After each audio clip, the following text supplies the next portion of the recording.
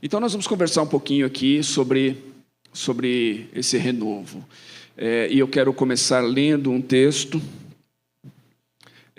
da carta de Paulo aos Efésios, porque foi lá que eu comecei, e essa carta ela me serviu de reflexão para os sermões, para a preparação, e eu quero começar então lendo no capítulo 3. Capítulo 3.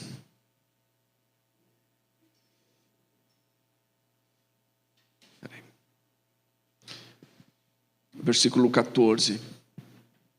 Eu vou ler da NVT. E olha só como Paulo começa essa porção da sua carta. Lembrando que não havia capítulos nem versículos quando ele escreveu. Era uma carta.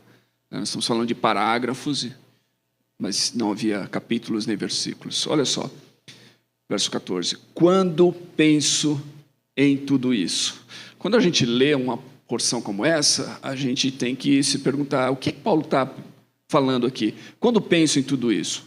Em tudo aquilo que ele vinha argumentando anteriormente. Então a gente tem que pensar no que ele está falando, nas coisas que anteriormente ele argumentava. E que coisas eram essas? As coisas que nós refletimos aqui durante essa série, pelo menos em 2 dos sermões, os 2 primeiros. Nós refletimos sobre a nova criação, né? E não foi esse texto de Efésios que eu usei o texto de 2 Coríntios capítulo 5, versículo 17, principalmente como um texto focal. Se alguém está em Cristo é nova criação, as coisas velhas passaram. Mas se você ler, e eu mencionei isso durante as minhas reflexões, se você ler Efésios capítulo 2, você vai ver que Paulo está falando exatamente a mesma coisa lá, que ele diz, em outras palavras, em 2 Coríntios capítulo 5, Efésios 2, ele fala da nossa condição antes de conhecermos a Cristo, o que Deus fez por nós, como nós chegamos a Cristo, e como ao chegarmos a Cristo, então, nós somos renovados para viver o propósito que Deus tem para nós. Que propósito é esse? Ele termina o primeiro parágrafo do capítulo 2, falando assim, que são as boas obras que de antemão Ele preparou para que nós praticássemos. Então ele fala assim, nós não somos salvos por elas, nós somos salvos pela graça de Deus, mediante a fé, ou seja, Deus estendeu graça a nós, Cristo morreu por nós, quando nós éramos pecadores, Deus é riquíssimo em misericórdia, o seu amor foi revelado a nós, com essa dádiva, essa doação de Cristo, mas ele fala assim, que as boas obras fazem parte do propósito de Deus para as nossas vidas. Ele nos planejou, e Ele planejou isso antes de tudo. Então, quando nós somos reinseridos nessa relação com Deus, quando nós somos reconciliados com Deus por meio de Cristo, nós descobrimos o quê? O nosso propósito. O propósito da nossa existência, que é viver para Deus. E nessa vida de boas obras, de boas ações. Então, isso faz parte daquilo que Paulo está falando. Quando penso em tudo isso, caio de joelhos. E aí tem essa oração bela, eu não vou ler aqui, porque senão o pessoal não vai falar nada aqui, eu vou ficar pregando. Né? Mas a outra coisa que ele também fala quando ele pensa tudo nisso, é que além dessa salvação, né, que nós temos, ele vai continuar no capítulo 2 falando aquilo que a gente conversou sobre Deus nos inseriu numa família. E a grande argumentação dele, na verdade, nessa porção, não é só que nós fomos inseridos numa família. Ele vai chamar isso de mistério. Se você lê os versículos anteriores, no capítulo 3, quando ele diz, por esta causa eu sou prisioneiro, eu estou em cadeias, né? Estou preso. Qual que é a grande argumentação dele? É que Deus colocou você e eu, e todo mundo que conheceu Cristo nessa família, nesse corpo, e ele estava escrevendo isso para judeus e gentios. E havia uma grande disputa ali, evidentemente, entre eles. Porque, principalmente, os judeus não conseguiam conceber o fato de que Deus haveria de salvar os gentios dessa maneira.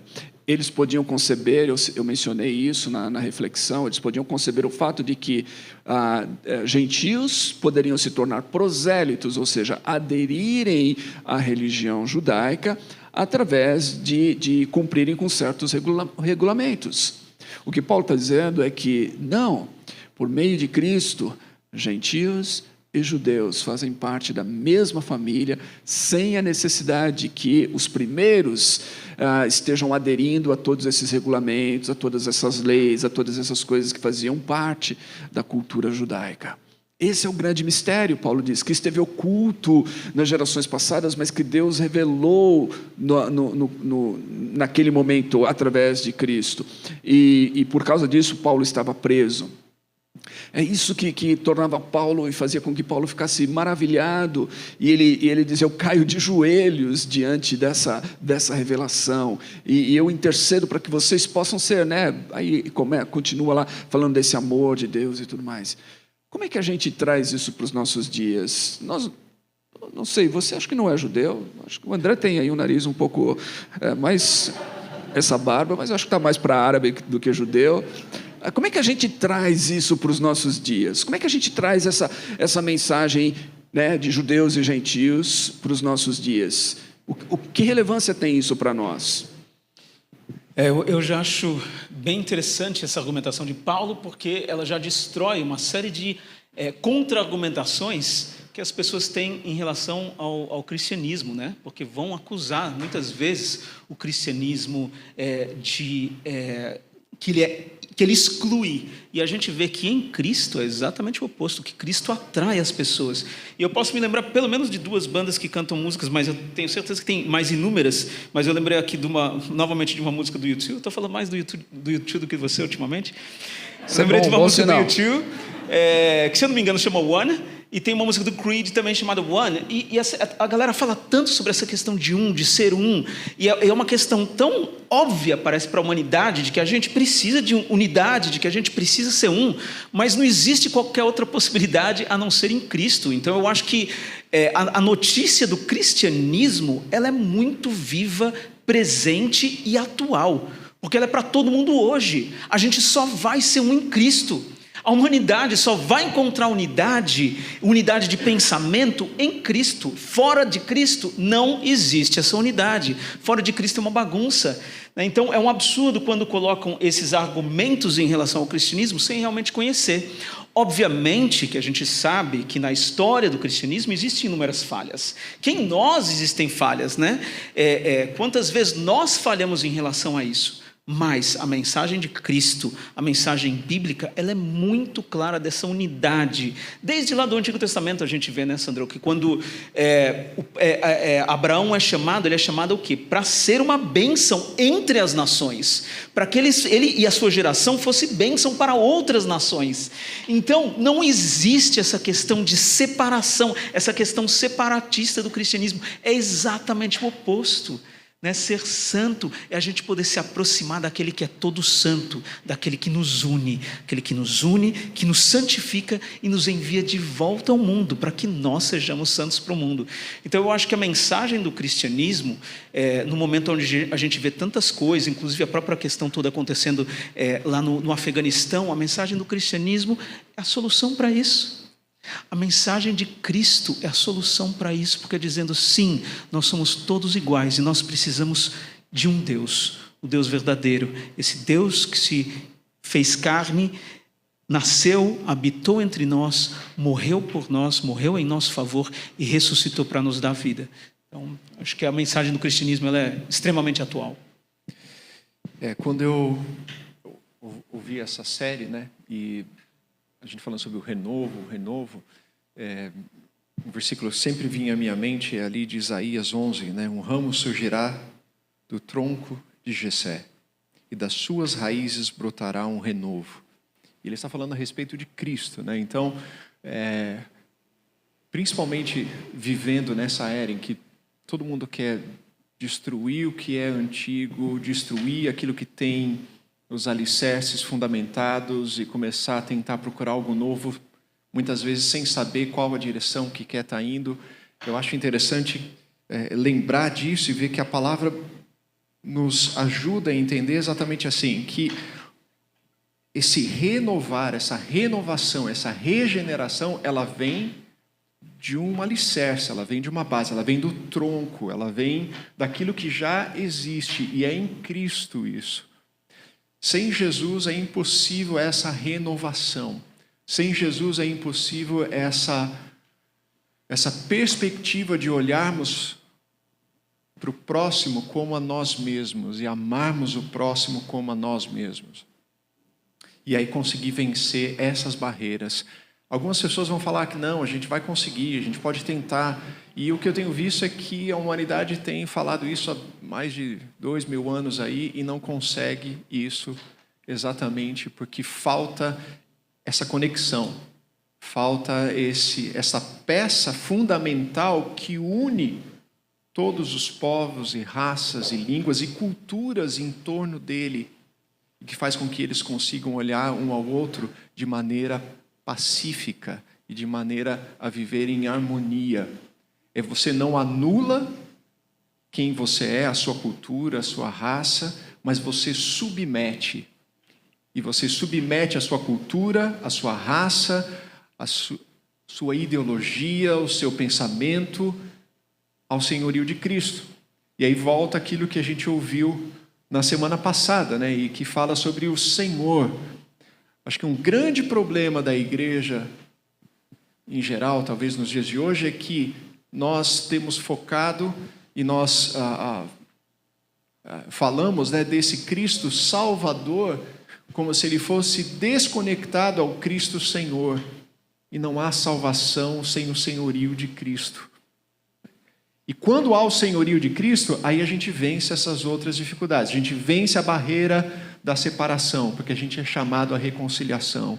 A gente vence a barreira, né, que existe entre nós. A gente precisa vencer o ódio. A gente precisa vencer a amargura, o ressentimento. A gente precisa perdoar e ser perdoado. Porque, como nós falamos aqui, nós erramos. Então, nós temos momentos de chegar e pedir perdão às vezes como igreja. Hoje em dia, muito mais, né? Infelizmente. Mas a gente tem que chegar e pedir perdão como igreja. Das falhas que nós tivemos ou que nós temos. E aí, buscar essa unidade, essa reconciliação. Mas, importantíssimo dessa série que ficou muito clara para mim, é assim, o renovo de Cristo vem, mas o alicerce do edifício é o mesmo, a raiz de Jessé. Essa raiz é a mesma, é Cristo Jesus, o Filho de Deus. Interessante isso, André, porque realmente essa deve ser a ênfase, né? A ênfase, na verdade, de Paulo e a ênfase que nós temos está em Cristo, né? Porque só Ele consegue fazer o que você falou, que é unir, e que o Hudson falou, que as pessoas têm uma visão equivocada, que elas acham que o cristianismo separa. E talvez o cristianismo, no aspecto sociológico de uma religião, separa. Porque né, a gente tem que separar a mensagem do que muitas vezes o que algumas pessoas em alguns momentos fazem da mensagem, até por interpretar equivocadamente a mensagem ou por usar a mensagem de maneira equivocada. Mas a gente não joga a mensagem de Cristo interpretada e usada de maneira equivocada fora, porque essas pessoas fazem. Isso não é como a gente faz, assim como a gente não joga outras coisas fora, porque tem problemas e defeitos, a gente mantém isso, né? E eu poderia dar uma série de exemplos aqui. Nesse período, eu quero ler um trechinho aqui de algo que acho que diz isso. Ele diz assim, que está falando sobre muito do que nós falamos quando falamos de relacionamentos novos e de igreja, e ele diz, deixa eu pegar um trecho aqui. Ele fala que a igreja, esses relacionamentos, justamente, eles estão firmados em Cristo, e não nas nossas escolhas e nossos gostos pessoais. Diz assim, da escolha ideológica pode surgir um clube, um círculo de amigos ou um partido, mas não uma igreja que supera as oposições entre os homens e os une na paz de Deus. O princípio do qual surge o clube é o próprio gosto, mas o princípio sobre o qual se funda a igreja é a obediência ao chamado do Senhor. Mais adiante ele fala assim, a fé é conversão que muda a minha pessoa e meus gostos, ou pelo menos torna secundários meus gostos e minha vontade. Bom, isso daqui foi escrito é uma homilia do Joseph Ratzinger, em 1990, muito tempo antes dele se tornar Papa, e ele estava falando Igreja de Cristo, ou Partido de Cristo é o nome dessa homilia, e é interessante isso, né? Pensar que é exatamente o que nós estamos falando aqui. Nossas preferências, nossos gostos, nossas ideologias, né, elas podem até nos unir em um clube, em um partido, mas a igreja não se une dessa maneira. A igreja se une por meio de Cristo, através do qual, quando Ele nos chama ao seu senhorio, nós submetemos tudo a Ele, inclusive nossos gostos, nossas preferências, nossas ideologias, quaisquer outras coisas são submetidas aos pés de Cristo, né?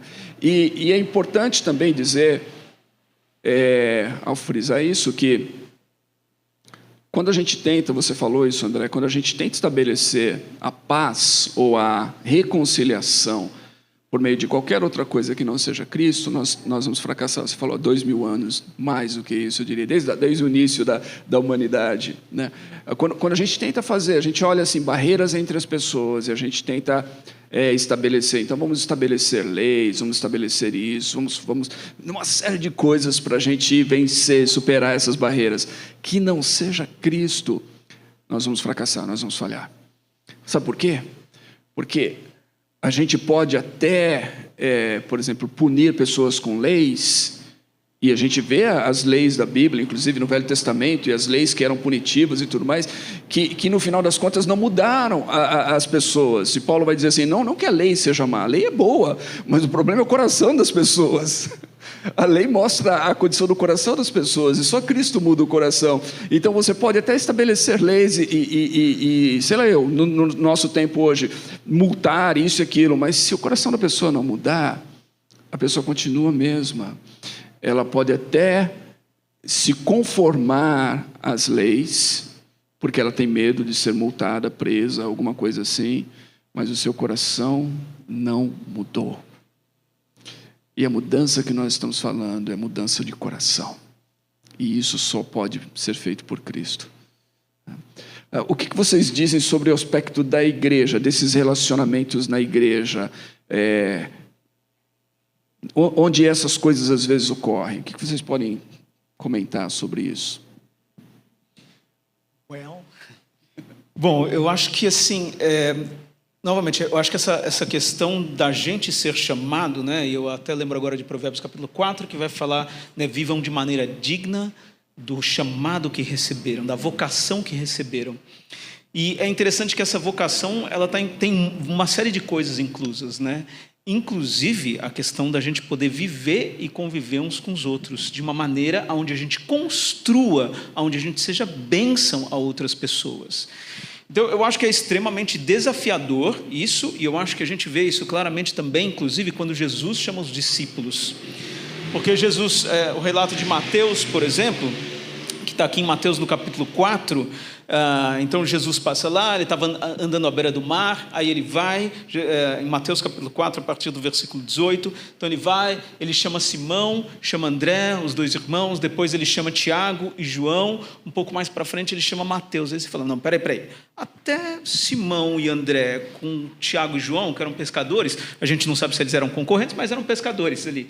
Até aí tá beleza, agora chamar Mateus para conviver com essa galera, parece que já está alguma coisa errada.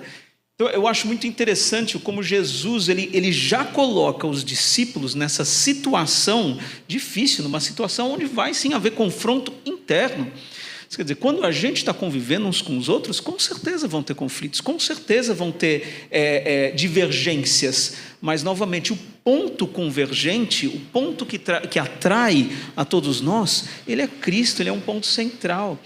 Então eu vejo que assim, que essa questão da nova criação, a nova criação tem muita coisa nessa expressão, quando Paulo fala que foi lá o que a gente viu na primeira no primeiro episódio da série. Então, essa questão da nova criação, ela é muito forte, porque isso quer dizer, novamente, é a cultura do reino que é implantada em nós. Né? É o novo sistema operacional. Você formatou a máquina, bicho, acabou, não é mais você mesmo. Na verdade, é um novo você, é um você potencializado. Então, assim, não é mais você mesmo no sentido desse seu eu egoísta, mas é um você potencializado. Então, literalmente foi um novo sistema operacional que passou a habitar em você. E você se conforma a esse sistema operacional, que vai trazer, nossa, essa analogia de... Né? A gente está tão online, que vai trazer essa configuração de rede muito maior. Então a gente vai estar em rede, galera, e não tem essa, eu vou escolher, não, eu não estou com esse aqui, não, eu estou com esse aqui, a gente está uns com os outros, a gente está conectado, porque quem conecta, inclusive é o Espírito Santo de Deus, né? Que vem conectar a gente, que vem unir a gente. E a gente vê isso tão claro, por exemplo, em textos como de 1 Coríntios 12, né, que vai falar dessa questão do corpo, o corpo da necessidade. Novamente, Efésios 4 também vai falar que as juntas, elas estão ali unidas. Gente, é isso, é a gente poder realmente viver em favor do próximo. A gente vive para a glória de Deus em favor do próximo. Tanto do próximo que conhece a Cristo, quanto daquele que não conhece a Cristo. Então, eu acho que a notícia do Evangelho, ela é maravilhosa. Novamente, é uma nova criação. Então, ao mesmo tempo, ela é difícil, porque aí... eu lembro a questão do nascimento, né? Como é um novo nascimento, eu presenciei assim, o nascimento da minha filha. E eu vou dizer, ela não saiu a coisinha mais linda do mundo, ela saiu a coisinha mais amassada do mundo, né? Toda ali amassada. Eu lembro, e é engraçado, tinha até as unhazinhas bem compridas, saiu toda arranhadinha, tadinha. Então, às vezes, e assim, né?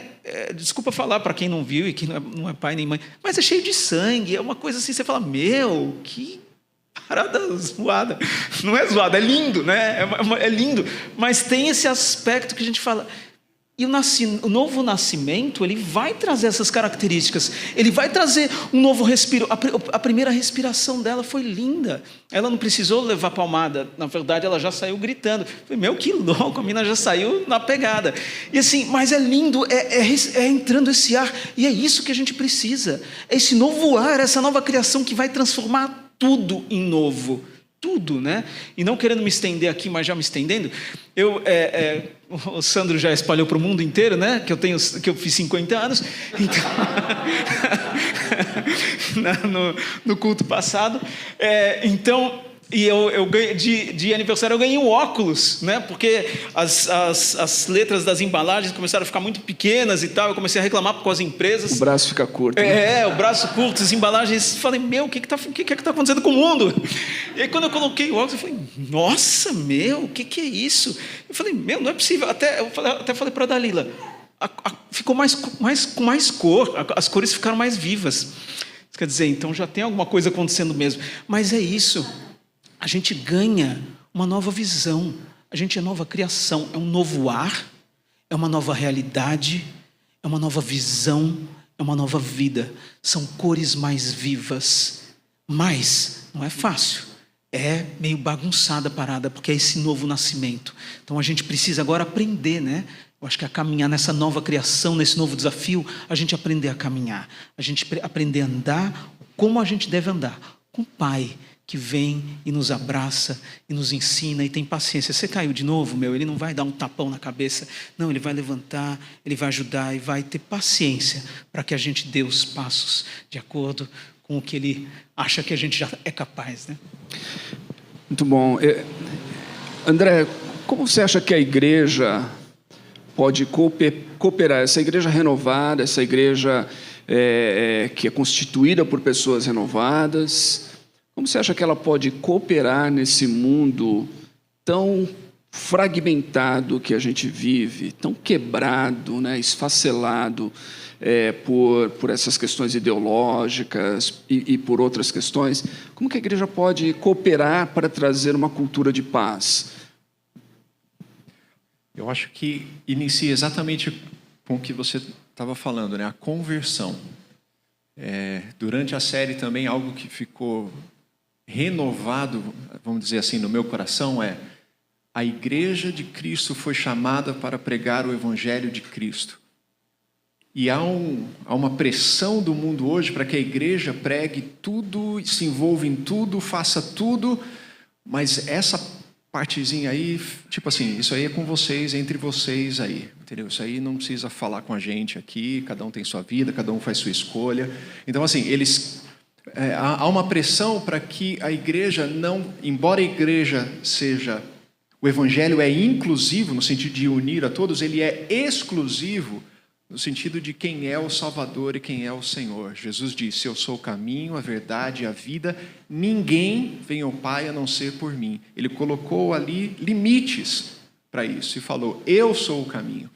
Então, quando a igreja vai contribuir nesse sentido com o mundo, ela tem que continuar sendo igreja. Então, de novo, ela vai buscar esse renovo, esse recomeço, novamente, em cima desse alicerce e falando aquilo que só a igreja pode fazer.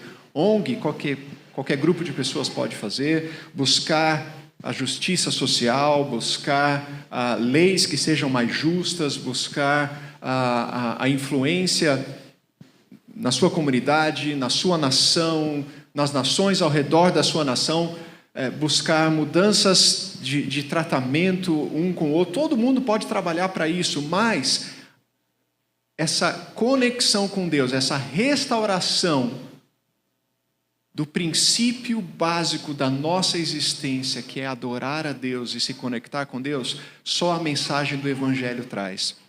E eu acho que aí entra essa questão do que a gente está falando. Hoje, muitos estão pregando e tentando fazer que a igreja coloque, né, o carro na frente dos bois. Assim, olha, viva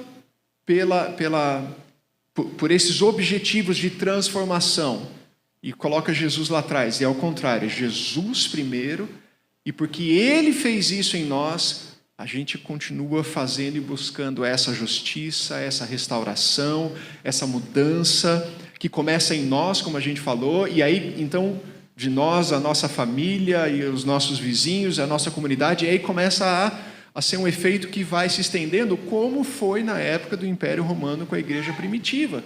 Eles não chegaram lá falando: vamos derrubar Roma, yeah! Não, eles falaram: olha, Jesus é o Senhor. Jesus, Ele veio, Ele viveu, Ele morreu pelos nossos pecados, Ele ressuscitou e Ele vai voltar. E para você se conectar com Deus, você precisa de Cristo Jesus. Eu acho que a igreja tem que restaurar novamente e se renovar nesse sentido. Essa é a mensagem.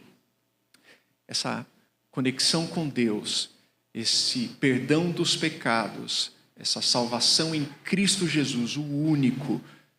Cada um tem liberdade de crer no que quer, de viver como quer, não tem nada a ver com isso, sobre a liberdade ou sobre a igualdade.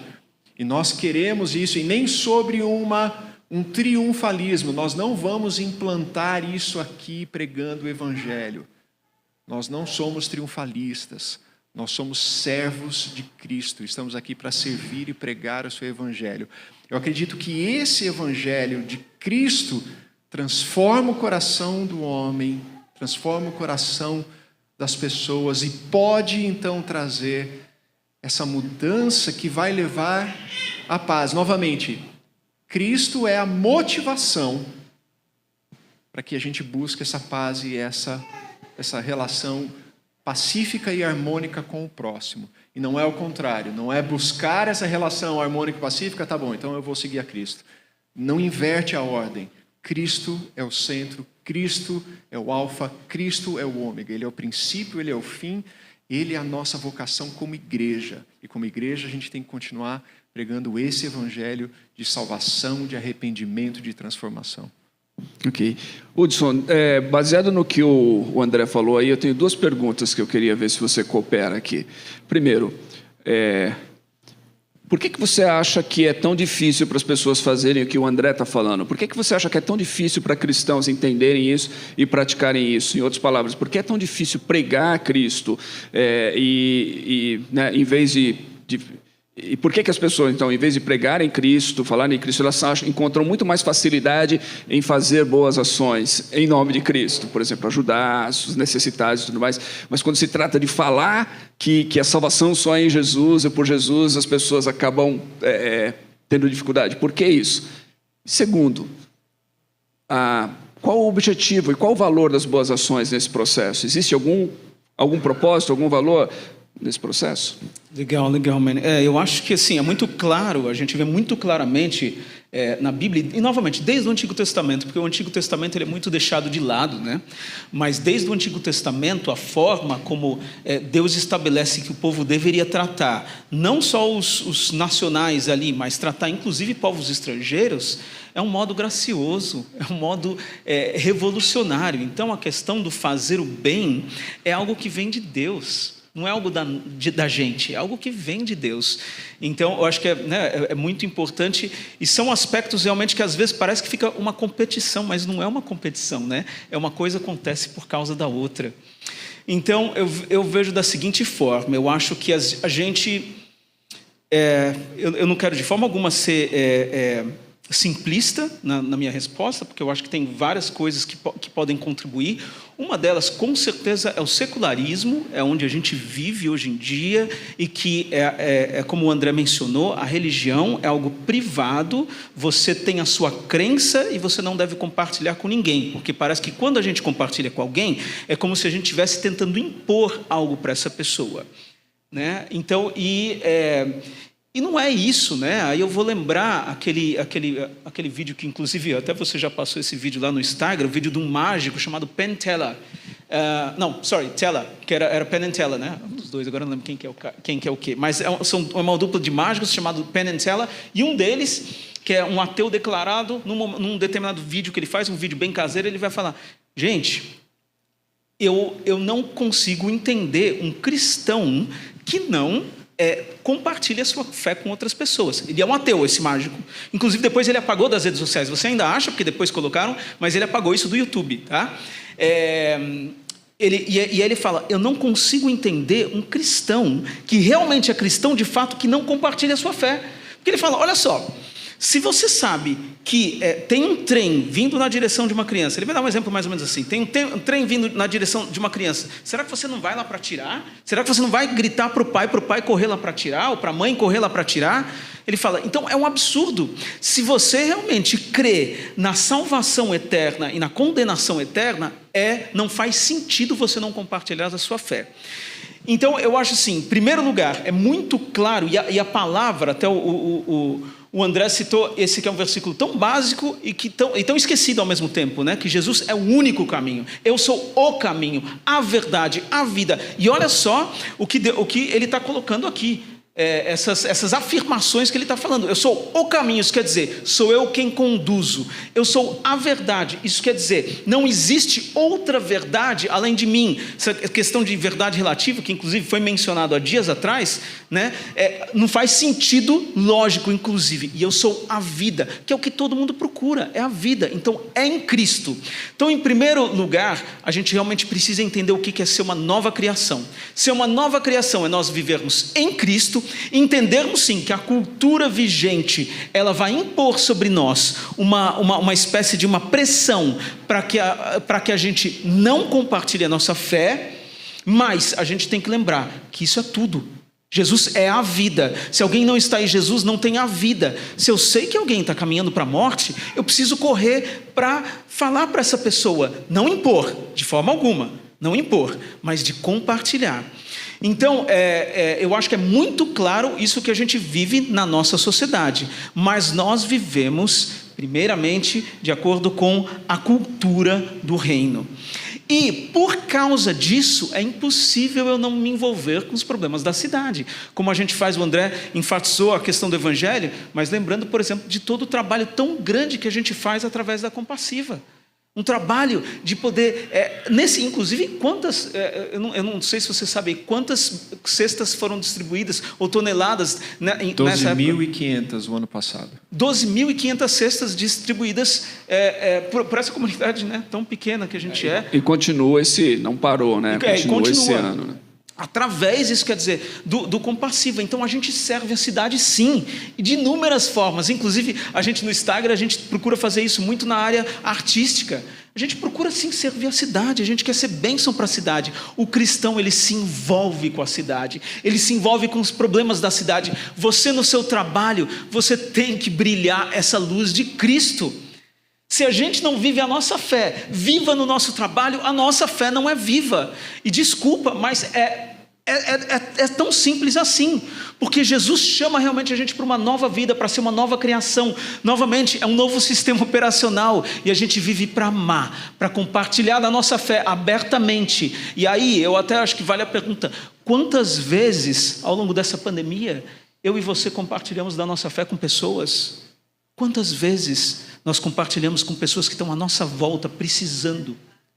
Quantas vezes, sim, a gente viveu e a gente se envolveu com a cidade, com os problemas da cidade, e a gente foi bênção para a cidade. Mas que a gente não se esqueça, como o André enfatizou tanto, da gente compartilhar a nossa fé. Existe sim uma pressão muito grande para que a gente não faça isso, mas a gente vai fazer com amor, com graça e com respeito, obviamente, né? Porque tem pessoas que de repente vão aceitar a mensagem de Cristo e falar: eu preciso desse caminho, eu preciso dessa verdade, eu preciso dessa vida.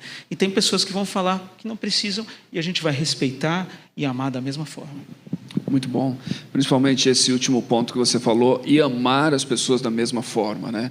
Nós não podemos olhar para as pessoas que são de outras religiões, crenças, credos, ou nenhum deles como inimigos. Nós não podemos olhar. Tem uma música do Jars of Clay que eu acho bem legal. Ele fala assim: lay your weapons down, there are no enemies in front of you, né? Então abaixa as suas armas, você não tem inimigos na sua frente, né?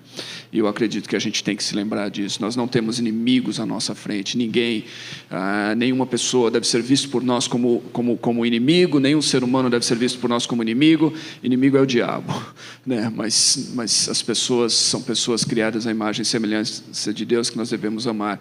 É bem interessante que você falou, Hudson, e o André frisaram bastante, e essa conversa aqui é orgânica, vocês estão percebendo, né? Então, eu não tinha ideia de que ela iria seguir esse rumo que seguiu aqui. Mas é bem interessante isso, porque quando a gente... Essa ideia de que Jesus é o único caminho, e esse exclusivismo, a gente pode dizer assim, da fé cristã, realmente é algo que perturba muitas pessoas. E aí alguns teólogos pós-modernos têm tentado dar um jeitinho nisso, para se livrar disso, né? Para tentar, peraí, não é bem assim, né? E eu lembro de ter lido há alguns anos um texto de um desses teólogos em que ele fala assim: não, quando Jesus disse eu sou o caminho, a verdade e a vida, Jesus não estava querendo dizer nada de maneira exclusiva. As pessoas entenderam equivocadamente isso. E aí ele escreve todo um texto enorme para tentar explicar o que Jesus quis dizer ali. E eu só fico pensando assim: cara, que legal, mas os apóstolos não entenderam assim. Aqueles que estavam do lado de Jesus ouvindo, em primeiro momento, não entenderam isso. Então, por quê? Porque quando você lê a igreja primitiva, em Atos, você vai encontrar que havia uma grande pressão para que eles não pregassem dessa maneira. Eles foram confrontados, ameaçados, até presos, para que eles não falassem que Jesus era o único caminho, que Jesus era o meio de salvação para Deus. E aí, lá em Atos capítulo 4, versículo 12, no meio de todas essas ameaças, prisões, perseguição, Pedro fala assim: olha, nós não podemos deixar de pregar dessa maneira. Por quê? Atos 4, 12, porque não há debaixo do céu nenhum nome dado pelo qual os homens possam ser salvos, a não ser o nome de Jesus Cristo. Não há, Pedro diz, salvação em nenhum outro. É por isso que a gente não pode deixar de falar desse nome, é por isso que a gente não pode deixar de pregar. Pedro, que estava ali liderando, e os apóstolos, eles entenderam perfeitamente aquilo que Jesus queria dizer. E aí, 2000 anos depois, numa época de relativismo e pensamentos assim que querem minimizar e não querem o confronto, que às vezes é ruim, né? Há um confronto quando você fala Jesus é o único caminho, há um confronto natural nisso. As pessoas querem se livrar disso, porque hoje em dia, todo mundo, a gente não, eu evito o confronto. Não, Jesus não quis dizer isso. Jesus quis dizer isso.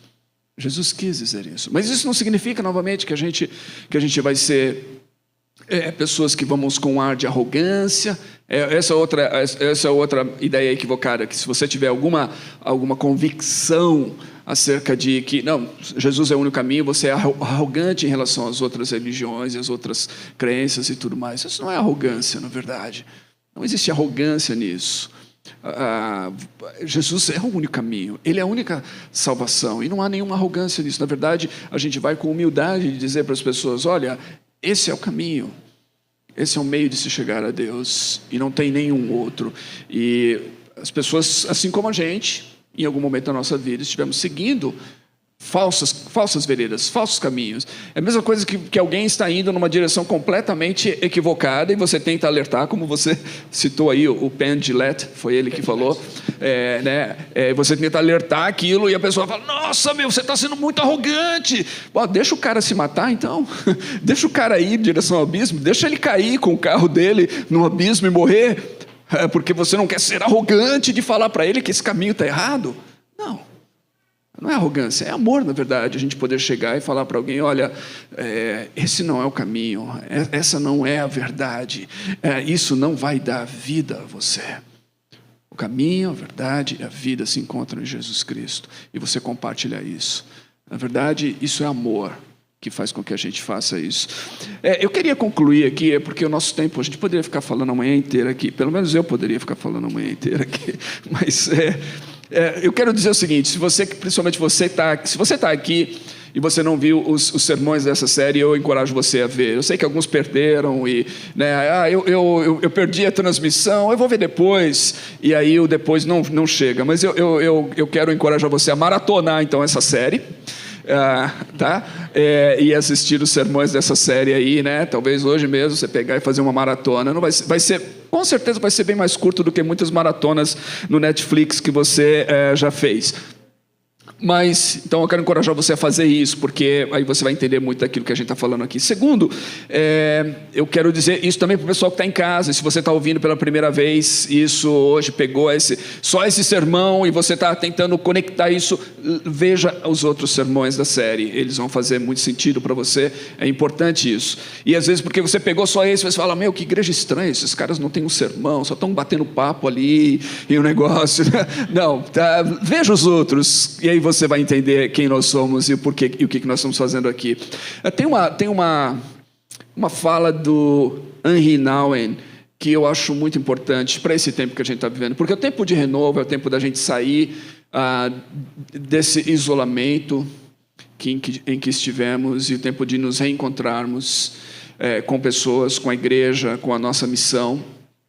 E devemos ser sinceros, muitas vezes nós ficamos realmente fechados muito tempo, e até a nossa missão ficou em segundo plano, né? Nós entramos num modo de segurança, de sobrevivência, de autoproteção, e necessário, mas até a nossa missão ficou um pouquinho em segundo plano. Então o tempo de renovo é o tempo da gente se reencontrar, quem nós somos, porque nós estamos aqui, nós somos nova criação. Nós estamos aqui para manifestar o amor e a graça e a bondade de Deus aos homens. E nesse processo, é um tempo de reencontrarmos com a comunidade de fé. Vocês estão aqui, muitas pessoas estão fazendo essa jornada. Mas eu sei que muitas pessoas, mesmo nesse período e antes, elas falam assim, não, mas eu me feri com a igreja. A igreja me feriu. Já ouviu isso? Talvez você já tenha dito isso. Ou talvez você já tenha sentido assim. E eu não quero minimizar o processo. A igreja às vezes fere. Então, o Henry Nouwen diz o seguinte, ele fala, feridos na igreja, a nossa tentação é rejeitá-la. Mas, quando o fazemos, torna-se muito difícil manter-nos em contato com o Cristo vivo. Quando dizemos, eu amo Jesus, mas odeio a igreja, acabamos por perder a igreja e também Jesus. O desafio é perdoá-la. Isso é particularmente delicado, porque a igreja raramente pede perdão, pelo menos não oficialmente. Todavia, a igreja, como organização humana frequentemente falível, precisa de nosso perdão. Enquanto a igreja, como corpo vivo, como o Cristo vivo no meio de nós, continua a nos oferecer perdão. Eu acho que é tão importante a gente se lembrar disso nessa época e nesse tempo. E principalmente, talvez, aqueles que se sentiram de alguma forma feridos pela igreja, ou estão sentindo feridos pela igreja. O Nouwen diz que a igreja raramente pede perdão. Isso é verdade. A igreja oficialmente, de maneira oficial, raramente ela faz isso. O André falou sobre a necessidade de a gente reconhecer os erros. E eu tenho visto em alguns momentos a igreja, e nós também já reconhecemos erros, mas de maneira oficial e majoritariamente, eu diria, a igreja raramente faz isso. Mas se nós não entendermos a necessidade, então, de perdoarmos a igreja, e a igreja, novamente, é essa instituição, mas ao mesmo tempo são pessoas compradas pelo sangue precioso de Cristo e que são falíveis. Se nós não aprendermos a perdoar essas pessoas, nós estaremos rejeitando com elas o próprio Cristo vivo. Porque o Cristo vivo se move e se manifesta por meio da sua igreja.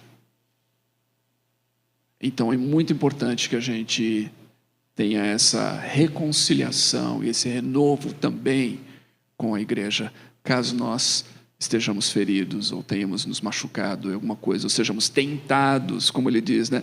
A nossa tentação é rejeitá-la, eu vou rejeitar. É importante que a gente entenda isso. E por último, eu vou dar oportunidade para vocês fazerem um comentário final. Vá em frente, enquanto eu né, André... Não, eu só concluir, como diz ali em Romanos, né? Nós somos transformados e pela renovação da nossa mente, a renovação em Cristo Jesus. Voltando ao renovo, essa renovação, ela vai acontecendo. Eu gosto muito sempre do exemplo que o Hudson deu do nascimento, porque o nascimento é isso. Tudo que você começa é caótico e o nascimento exemplifica isso. E embora todo mundo se alegre com o nascimento da criança, ela é o que o Hudson falou mesmo, vem daquele medo, né, no período que está acontecendo, o nascimento, tudo, e aí quando sai, você dá graças a Deus. E aí começa aquele processo. E nós em Cristo somos assim, é um processo. E o que a gente não pode é parar no caminho e desistir, porque não tem outra forma, você não tem como desistir, você tem que continuar.